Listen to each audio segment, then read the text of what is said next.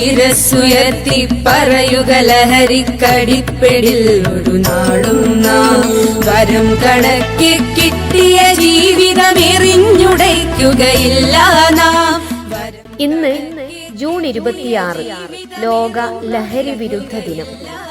മയക്കുമരുന്ന്, മദ്യം തുടങ്ങിയ സാമൂഹിക വിപത്തിനെതിരെ ജനങ്ങളെ ബോധവൽക്കരിക്കുക എന്ന ലക്ഷ്യം മുൻനിർത്തിയാണ് ഐക്യരാഷ്ട്രസഭ ജൂൺ 26 ലോക ലഹരി വിരുദ്ധ ദിനമായി ആചരിക്കുന്നത്.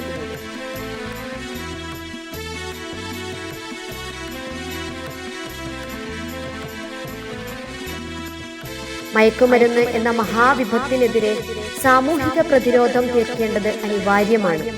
മദ്യത്തിനും മയക്കുമരുന്നിനും അടിമപ്പെട്ട് എത്ര പേരുടെ ജീവിതമാണ് നശിക്കുന്നത്. ചുറ്റിലും ഒന്ന് കണ്ണോടിച്ചാൽ നമുക്കത് കാണാൻ സാധിക്കും.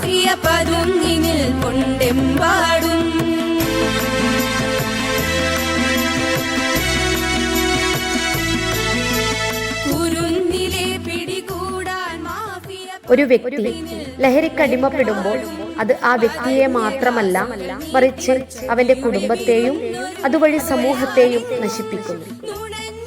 ഏറ്റവും സങ്കടകരമായ കാര്യം കുട്ടികളും യുവാക്കളും കൂടുതലായി ഇതിനടിമപ്പെടുന്നു എന്നതാണ്. ഇതവരുടെ നല്ല ഭാവിക്കുമേൽ കരിനിഴൽ വീഴ്ത്തുന്നു. ലഹരി എന്ന അത്യാപത്തിനെ നമ്മുടെ സമൂഹത്തിൽ നിന്ന് പറിച്ചു നീക്കണമെങ്കിൽ കൂട്ടായ പരിശ്രമം ആവശ്യമാണ്.